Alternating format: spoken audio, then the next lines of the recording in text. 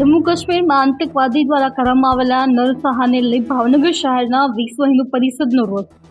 પ્રવાસીઓ ઉપર અંધાધૂંધ ગોળીબાર કરવામાં આવી છે, તેને લઈને સમગ્ર દેશમાં હિન્દુ સંગઠન દ્વારા વિરોધ કરાઈ રહ્યો છે. શહેરના રૂપમચોક ખાતે વિશ્વ હિન્દુ પરિષદ દ્વારા પાકિસ્તાન મુર્દાબાદના સૂત્રોચ્ચાર સાથે આતંકવાદીનું પૂતળું બાળવામાં આવ્યું. કાશ્મીર की गलियां सुनी है, पाकिस्तान खूनी है ના નારા લગાવવામાં આવ્યા હતા.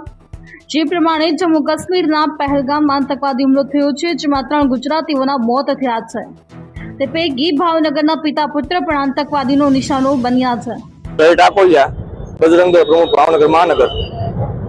ગઈકાલે જે કાશ્મીરના પહેલગામમાં ઘટના બની, આ ઘટનાએ સમગ્ર દેશના લોકોને સ્તબ્ધ કરી દીધા છે, આક્રોશિત કરી રહી છે.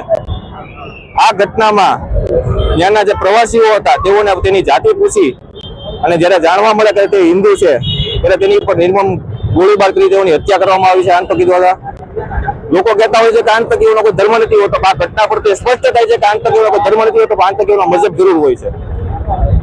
આ ઘટના થોડા દિવસો પૂર્વે કાશ્મીરમાં જે પ્રવાસીઓ છે તેને લઈ એના સાંસદોએ ટિપ્પણી કરવામાં આવે છે કે અહીં આવતા જે પ્રવાસીઓ છે, અહીં જમીન ખરીદનારાઓ છે, તે અહીં સાંસ્કૃતિક ઘૂસણખોરી કરી રહ્યા છે. અને તે જ સમયે પાકિસ્તાનના સેનાધ્યક્ષ દ્વારા એવું નિવેદન આપવામાં આવે છે કે કાશ્મીરમાં કબજો એ જ એક જ એજન્ડા.